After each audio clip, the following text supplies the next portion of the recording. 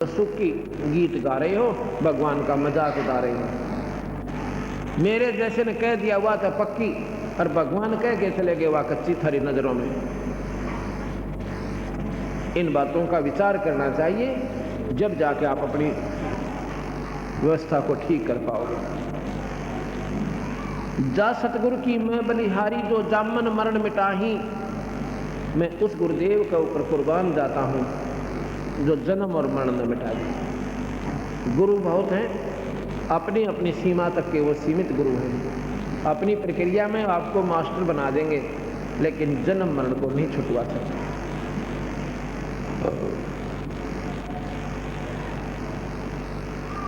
कुल परिवार तेरा सकल कबीला, मसलत एक ठहराई। जब ये शरीर छूट जाता है, अपने आसपास के कुल परिवार के व्यक्ति इकट्ठे होंगे।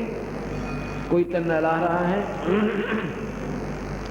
कोई तो नहला रहा है, नवा रहा है, स्नान करवा रहा है, और कोई लकड़ियां ढोने लग गया। किसी ने कफन बनाने की, अर्थी बनाने की तैयारी कर ली, और 1 घंटे के अंदर धरका उसका ऊपर और शमशान घाट पर पहुंच। कुल परिवार तेरा सकल कबीला, मसलत एक ठहराई। मसलत माने सलाह मशूरा, सबकी एक राय बनगी। अक उठाओ भाई और चलो शमशान घाट। आन उठाओ भाई, जल्दी करो, लकड़ी ले आओ हैं, और घी ले लो, फलानी चीज ले लो, चलो। सबकी एक राय बनगी, अब मरगट पर ले चलो। कुल परिवार तेरा सकल कबीला, मसलत एक ठहराई। और बांध पिंजड़ी आगे धर लिया, मरगट में ले जाएंगे। अग्नि लगा दिया, दलंबा फूक दिया उस ठाही। अब शरीर का तो गति होगी, शरीर तो फूक दिया, अब गति किसकी रहेगी? जो शरीर के अंदर जो वस्तु थी, जो जीवात्मा थी। वेद बांध फिर पंडित आए, पीछे गरुड़ पढ़ाई। ओए है, वो तो जा चुके वहां तपस्या पे काल के मुंह में, और पाछा उसकी विलय गरुड़ पढ़ाई। गरुड़ भी पढ़ दिया। फिर क्या हो गया? नर से तीतू पशुआ की जय, गद्दा बैल बनाई। ये 56 भोग कहाँ मन बोरे, तो कुरुड़ी चलने जाए। अब 1 मिनट कभी भी दिन में विचार किया करो, अपने भोजन जब खान लगो और अन्य प्राणियों के आहार को एक बार देख लिया करो। आप ना वह रोटी खा जरूर लोगे, पर भगवान नहीं भूल सकते हैं। और हम क्यों अब उन पशुओं को तो पशु ही मानते, ये तो ऐसे पशु बने रहेंगे, और हमने मौज मारेंगे, फिर मनुष्य बन जाएंगे, और फिर ठाठ हो जाएंगे। ऐसा नहीं है। कल बताया था कि बीबी पड़दर रहे थी, जोड़ी लगे थी बार, इब नगन उगाड़ा करती हैं, गात उगाड़ा करती हैं, और बनकुतिया बाजार। ये परमात्मा का नियम है, ये बिल्कुल सत्य है। ये 56 भोग कहाँ मन बौरे, की तकुरड़ी चरने जाई। और फिर के बनेगा? प्रेत सला पर जा बिराजे, पितरों पिंड भरवाई। फिर कहेंगे तुम्हारे जो पूर्वज है ना, वो पितर बने हुए हैं, प्रेत शिला पर रहते हैं, अब उनके पिंड भरवा दो, नहीं तो उनकी जुन्नी ना छूटे, वो मतलब मुक्ति ना हो, उनकी गति नहीं हो। अब पिंड बनाने से क्या होता है? भूत जुन्नी छूट जाती है और गदा बन जाता है। इतनी गति पिंड भरवाने से होती है। भूत जुनी जहाँ छूट है, पिंड प्रदान करंत, गरीब दास जंदा कहे नहीं मिले भगवान। प्रेत जूनी छूट गई और फिर पशु जूनी मिल गई इसको। तो फिर कहते हैं जी हमारा पीछा छूटा, हमने सेद्या करता, हमें नुकसान करता था, हमने तो गति करवानी पड़ी, या गति करवाई उसको अपने पिता की या माता की। और फिर वो श्राद्ध क्यों निकाले भाई? पिंड भरवाए पाछे। बहुत श्राद्ध खान को आए और काग बोए कलमाई। और फिर नो कहें श्राद्धा में देख कौआ भोजन खा जाएगा ना, ये तेरे पिताजी ने मिल गया। अरे बड़ी सी दुनिया, गुरु बिन कैसे सरिया। जब आवे आसज का महीना बोला कौआ बाप बनैया, अरे बोली सी दुनिया गुरु बिन कैसे सरिया, पूरे गुरु बिना क्यों कर बात बने। आसज के महीने में लोग फिर कौवे को बाप बनावे, अगे तुम्हारा पिताजी आ गया और ये देखो ना काग बन रहा है, भोजन खा गया, हम सारे गर्दन, हाँ जी बिल्कुल। और कौवे ने ईब छात पर डाल दो, दो टूट टूट कर पड़े, कौवे सबसे पहले आएंगे। आसोज में कहते काचक में डाल लियो ना, वो तो नहीं खड़े पाओगे। और चलो एक दिन अपने पिताती रोटी खवा भी दी, 364 दिन के खागा करो, एक दिन खिला दी और 364 दिन के खाएगा वो पिताजी अपना। ये इसी आंख बांध रखी है, लीला तो खबर दिया। या तो तुम रोज ही काट दो कनागत, 5-4 रोटी तोड़े और छाछ पर बगा दी, सब पक्षियां का मुंह पड़े, रोज कनागत होगी। तो ये जो कौन समझावा इस बोले जगत ने, बल्कि नाराज हो जाते हैं। बता सारी ये चीज़ां न बिसराव से तो बिसरान देनी हम जो कि त्यों बता रहे हैं, ये शास्त्रों से प्रमाणित बता रहे हैं आपको, को बाहर की बात नहीं है। और शास्त्र अपने तयान नहीं दिए, क्योंकि कुछ सीमित लोगों के पास ही विद्या का अधिकार था पाने का, आम व्यक्ति को नहीं था। एक समय की बात है, कढ़ौली का जाट, उनका नाम निश्चल दास या कढ़ौली दिल्ली के पास है, कर खोजे दो रहे हरियाणा में। और वो बहुत तीव्र बुद्धि के थे और संत आत्मा थी, पिछले जन्म की कमाई गनी थी। उसके मन में प्रेरणा होगी कि मैं संस्कृत पढ़ूं और शास्त्रों को पढ़ूं और दुनिया को समझाऊं। इन्होंने गुमराह कर रखा लोगों ने। उसमें केवल पंडित ब्राह्मण को ही विद्या प्राप्त करने का अधिकार था। काशी विद्यापीठ में दूसरी जाति वाला वहाँ प्रवेश नहीं मिलता था, उसको दाखला नहीं मिलता था। उसने झूठ बोल कर और नकली पंडित बनकर, ब्राह्मण बनकर, और गांव में सरपंच की मेंबर की मोहर मरवा लेगा आप पे, और पंडित बन गया और दाखला ले लिया, एडमिशन मिल गया और इतना विद्वान, 1 नंबर पाव यूनिवर्सिटी में,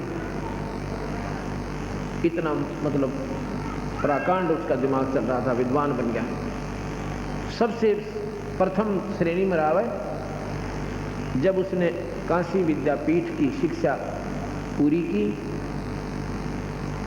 जब चलने लगा तो वहाँ के जो प्राध्यापक थे, मुख्य अध्यापक थे, प्रिंसिपल थे, उनके लड़की जवान थी, शादी योग्य हो गई थी। उसने सोचा ऐसा विद्वान बालक और होनहार और खूबसूरत, और क्यों ना अपनी कन्या का ब्याह इसका कर दूं, लड़की की शादी तो करनी ही है। और ऐसा बच्चा कभी मार नहीं खा सकता, खूब रोजी रोटी कमाओगा, क्यों रोजी रोटी के लिए ही वो विद्यापीठ की, उसमें यही साधन था कमाई का। इन लोगों ने आध्यात्मिक वर्ग को रोजी रोटी बना ली थी। तो उसने जब वो निश्चल दास अपने गुरुदेव के चरणों में शीश झुकाने के लिए अंतिम विदाई लेने गया,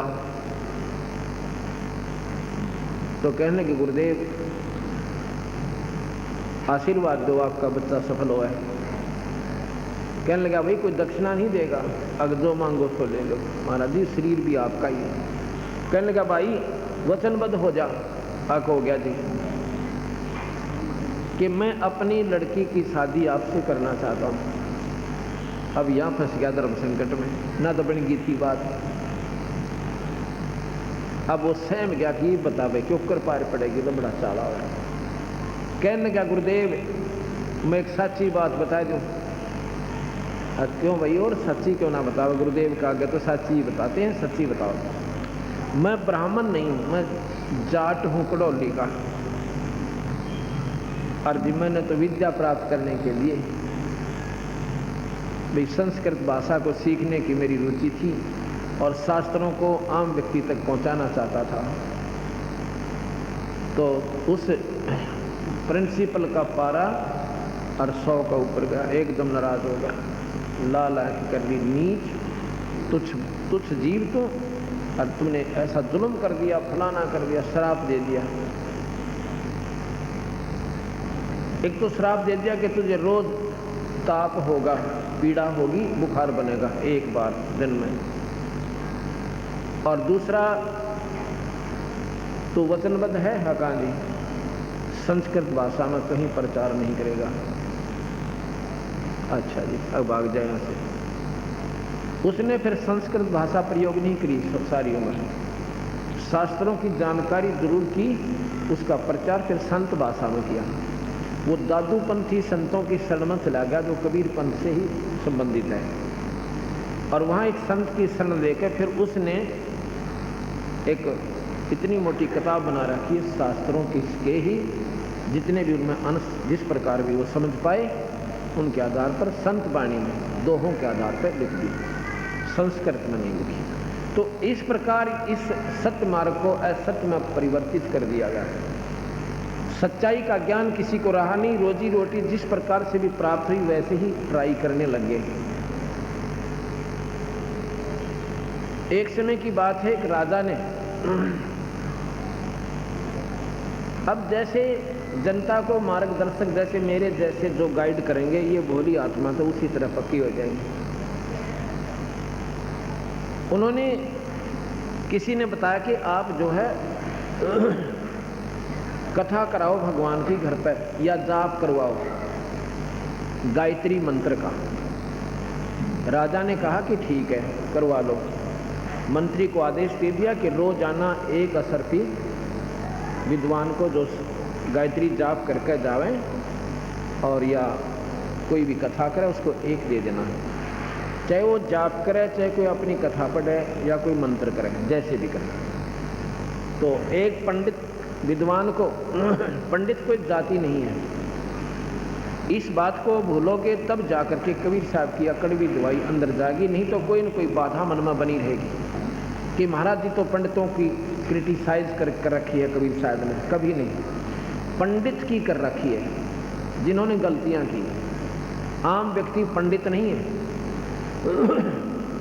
जैसा कि मैंने बताया था, हमारे दादा गुरुजी जाट थे छावला के, उन्होंने काशी विद्यापीठ से,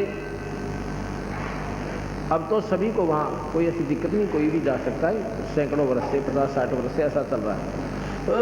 वो 4 विषय के आचार्य हो गए थे और उन्होंने उनको पंडित जी के नाम से जाना जाता है जाट होते हुए। एक गुरुकुल खानपुर हरियाणा में गोवाना के पास है, उसके मुख्य अध्यापक को वो भी जाट होते हुए पंडित जी के नाम से जाना जाता है। सहदेव को पंडित जी के नाम से जाना जाता था,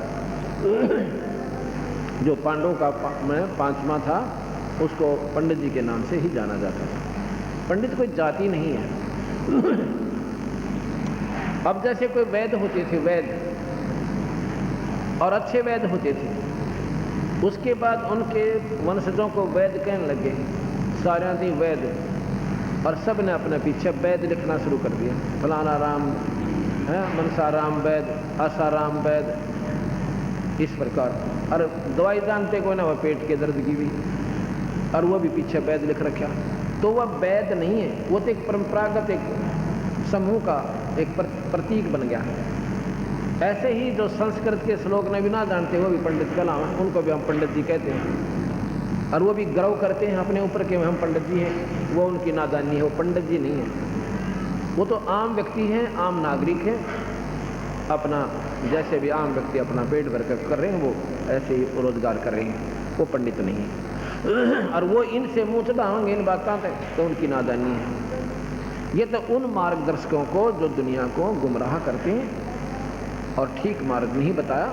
सरोज जहाँ से पंडित पदवी हुई थी, ये बहुत नेक आत्मा थी, वो इसको रोजी रोटी नहीं बनाया था, वो अपना सत ढंग से जितना वो जानते थे उनको जाप बता दिया करते थे, ये जाप करो भाई, ये मंत्र जपा करो, और अपना करके कमाई वो अपना पेट भरते थे। उसके बाद महिमा इतनी बढ़ गई उनकी कि आम व्यक्ति पंडित जी बन गया। काख में पोछी दी और मैं भी जाप कर दूंगा, मैं भी जाप कर दूंगा, और पैसे के हिसाब पर आधारित हो गई। राजा का जाप हुआ और एक काशी से पढ़कर बहुत तगड़ा विद्वान आया पंडित जी। राजा के हुक्म से वो अच्छे से अच्छे विद्वान की तलाश की गई, तो पाया कि एक विद्वान अभी काशी विद्यापीठ से और बहुत ही अच्छा विद्वान बनकर आया है, उसको लाओ। काशी जी पढ़ आया है, उसको बुलाया, उसको कहा कि ऐसे ऐसे 1 हफ्ता 10 दिन या 15 दिन हमारे घर पर कोई मंत्र जाप करो, वो तुमने देखना है क्या करना है, चाहे कथा करो चाहे जाप करो, कुछ भी करो, हमारे घर में शुद्धि होनी चाहिए। अब वो पंडित जी जावे, अपना जाप करें, मंत्री उसको एक असरफी दे दे, वो असरफी लाकर अपनी पत्नी को दे दे, और पत्नी समावे नए सूट और रोज बुदनी बदले, और फिर जाओ पानी लेन, बड़ा सारी इकट्ठी हो। तो वह औरतें पूछा करें, आए यो कद बनवाई, ये कद लाई, कितने लाई, थारे घर ते लाई, थारे पीढ़ी में मिल लिया, ये सारी बूझ लिया करे 2 मिनट में। तो वह बली मारा है ना, राजा का कथा कर जाकर पंडित जी एक असरफी दे दे, सब मौत हो रही है हमारी। अब वो दूसरी सुने थी, उसने अपने पंडित जी ताई की, अपने पति देवता कि आप भी पंडित जी हो और जाइए जाप करके आओ, और देख फलानी के घर वाला रोज एक असरफी जाओ से। वो कहने लगा भगवान वो तो बहुत बड़ा विद्वान पुरुष है, और मैं देखे ना तो कोई जानता, किसी इस चीज़ तो जानता नहीं, भाई ठीक है इन रोड़े बोला न तो रोड़ा लो, वो राजा का काम मन मरवाएगी तो वह नहीं मानी। नो बोली तुम और दिन आता अपनी डींग मारा करता, राज क्यों ना जाता, तो 2 पीछे मिलन का टाइम आ गई तो नो का मैं जानता को ना, उन्होंने सोचा ले भगवान ना मानती तो जाऊं। अब जाता है, वो अपनी कथा कर रहा है विद्वान पुरुष, और उसने क्या बेरा था ने उल्टी से किताब पकड़ रहा, और के करने मन जो यू कहवाए, जो यू कहवाए, जो यू कहवाए, जो यू कहवाए, जो ये बोल रहा वही, जो बोल रहा वही। अब चलो और तक कौन जान दे, अपने बैठे रहे एक कमरे वहाँ पर पढ़ रहे हैं, कौन देखे। पर ये ऐसे ढंग से स्थिति आगे की कि जाप करनी है, जाप कर रहे हैं, कुलबा खेत में काम अपना दुकान पे बैठे है, पंडित जी को जाप करें, कमरे बंद करवा दें, और बंद भी न्यों करवा दिया करते, जैसे सोवाते बैठा माड़ा हाथ में होनी चाहिए। लेकिन वो जो सामने एक असरफी उसको मिल गई, एक मिल गई उसको, और विद्वान पंडित का जी चढ़ के अंदर ही अंदर जलन हुई, बड़ा चाले की बात हुई, मैं तो इतने दिन विद्या प्राप्त करके यार ये कुछ जानता ना पूछता, किताब भी उल्टी पकड़ रहा बूझ, और यू नो का जो यू का वो, जो यू का वो, और इसको भी असरफी मिल गई। अगले दिन तीसरी ने संस्कार दिया, अब तू भी जा। वो भी नाटा भगवान मैं तो कति अनपढ़ सो, वो तो दूसरा भी ले थोड़ी बहुत को जानता होगा, और वो एक तो जमाए कति विद्वान पुरुष है, और मेरी दाल वहाँ गले नहीं, तो वह लागी लड़न तुम तन्यों